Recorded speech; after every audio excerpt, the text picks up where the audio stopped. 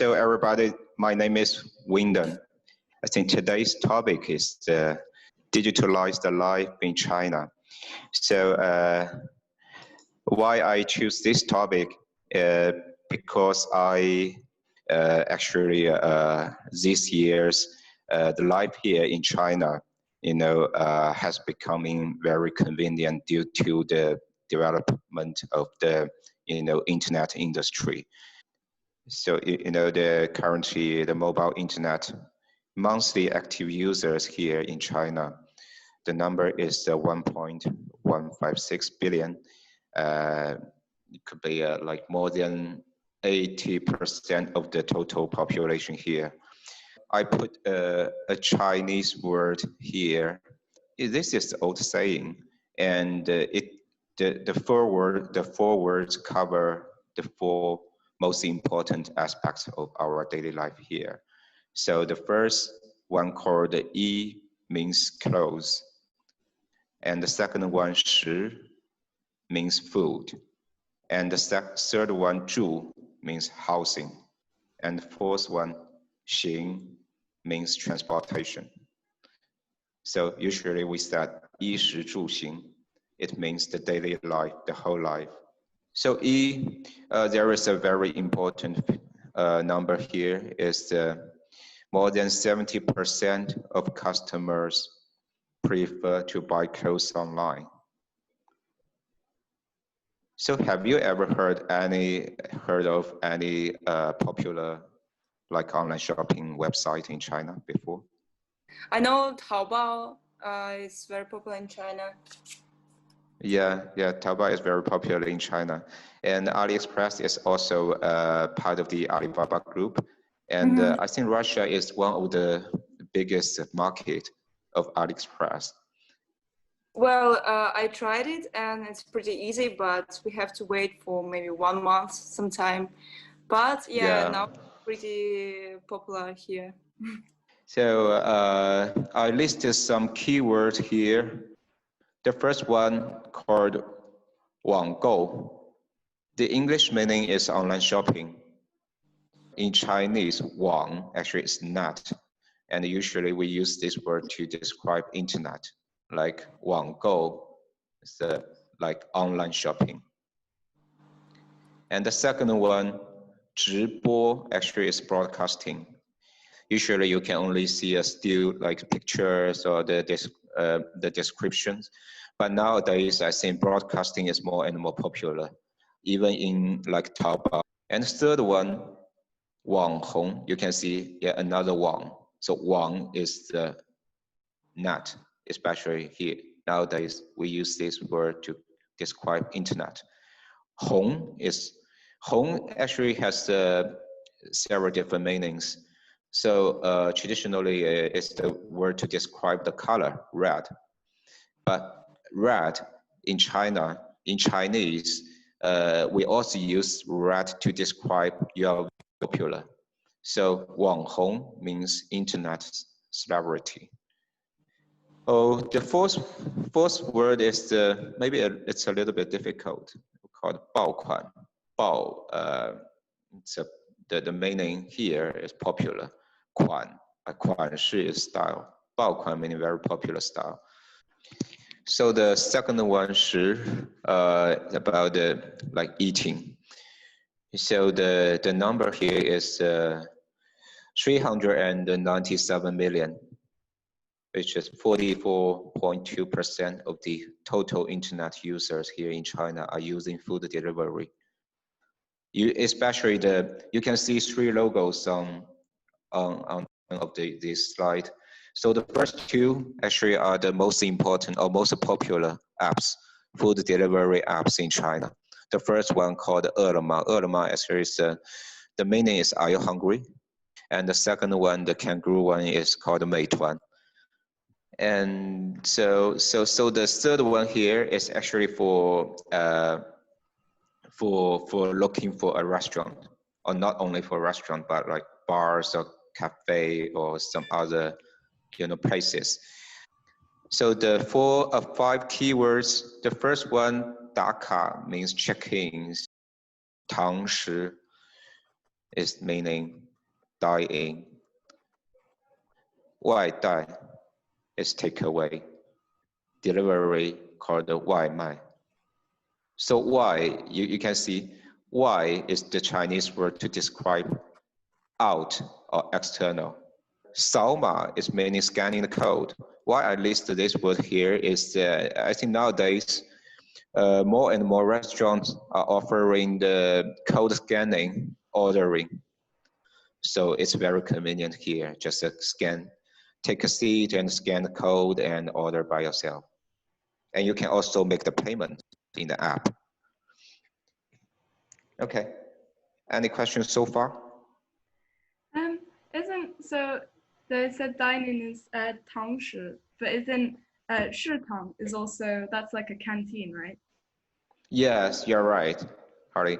Yeah, 食堂 is if we make the opposite order of these two Chinese words, and usually it's not a restaurant. It's usually like just a canteen. It's not a restaurant.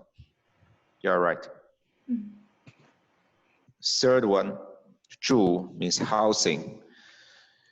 So the number here is 147 million users were using online service for short rental by end of 2018. Because I don't have updated data, I put three logos here. The first one called 58 Tongcheng in Chinese, 58 Tongcheng means same city. Actually, this app is providing the like daily services in every aspect of your daily life. Like if you would like to hire a housemaker, a homemaker, or housekeeper, or the maid, you can use this app. And the second one is in English, I think it's share, 贝壳. It's the platform to look for the new house or the second-hand house, or you would like to look for apartment, then you can use this app. And the third one is I think it's very similar to the second one. And the keyword I listed here is something interesting, I think, because 阿姨, traditionally this word means auntie or aunt. Actually, it's one of your relative. But nowadays, I think this word is more and more used for to describe to call a homemaker or a housemaid. And the second one, 摇号, I think it's not quite common used for foreigners, but it's quite common here, especially in the big cities, because if you want to buy like a new house, nowadays you need to get a lucky draw. So that describes I think the housing market is quite hot here. The third one, short rental, which is also quite popular here. And the fourth one is the most interesting one. I think it's also becoming more and more popular during the coronavirus. So VR, you know VR, right? Virtual reality. Since this is a technology, and previously it's usually used in like gaming or some other things, but nowadays more and more, the rental apps or the rent apps or the housing apps are starting to use VR in viewing the property. So the last one is Xing. Xing means transportation or moving. The number is 404 million users here were using online car hiring service by end of June 2019. The most popular app here is Didi. Previously, we have Uber here in China as well. And then I think after the competition, finally Uber sold their business to Didi in China. So the second one and the third one actually are not the online car service. They are like comprehensive traveling apps in China. So the four keywords, the first one is called 自由行. So 自由 in China, in Chinese, means freedom or free. 行 is mean, you can, 行 is transportation, traveling, moving. So in English, it means DIY tour. So the DIY tour compared to the group tour, which organized by the travel agency, DIY tour is becoming more and more popular here in China. And the second one is also very popular kind of accommodation these years in China. The 民宿, Ming means people, and Su means accommodation. So it means it's similar to B&B, but I cannot find a very, precise way to describe it. And the third one is 高铁. 高铁 is the short name of 高速铁路. So 高速 means high speed. 高 is high. 速度 is speed. 铁 is the short name of a railway. Railway in Chinese is called 铁路. High-speed railway in China is becoming more and more important in our daily life here. Like the city I'm living in is called Hangzhou, which is also a big city in China with more than 10 million people here. The distance between Hangzhou and Shanghai, which is the biggest city in China, is about 170 kilometers. But thanks to the high-speed railway, I can only take 45 minutes from Hangzhou to Shanghai. And even from Hangzhou to Beijing, which the distance is more than 1,000 kilometers, but there is by high-speed railway, it only takes me 4.5 hours. So which is very convenient in our daily life here, especially in these years. The fourth one and the last one is called 网约车, Wang. Laura, do you remember what does Wang mean? The internet?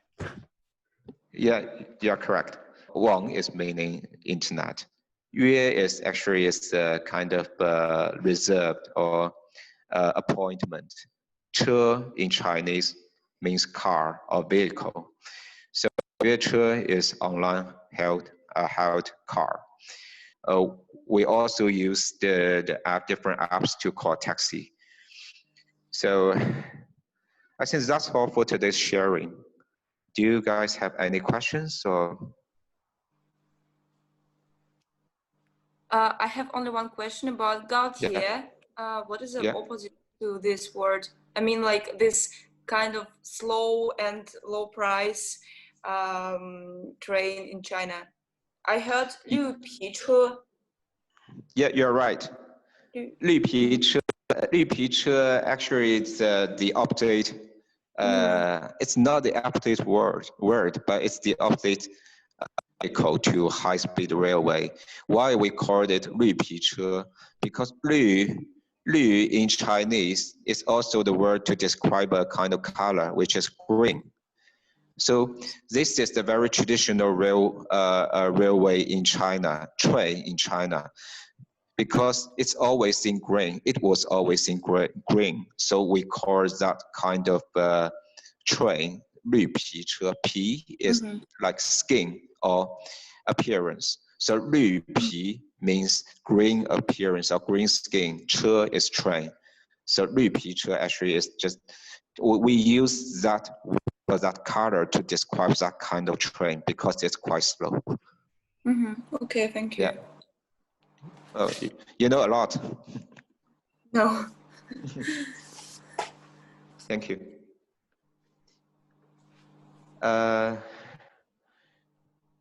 Any other questions? If not, then this is pretty much for us today. And thank you for your time. And hope to talk with you later.